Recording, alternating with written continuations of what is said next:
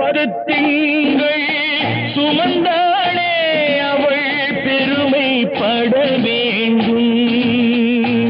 உன்னை பெற்றதனால் அவள் மற்றவளாலே போற்றப்பட வேண்டும்.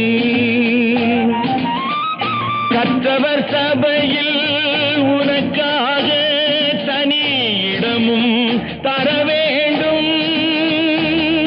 உன் கண்ணில் ஒரு துளி நீர் வந்தாலும் உலகம் அழ வேண்டும்.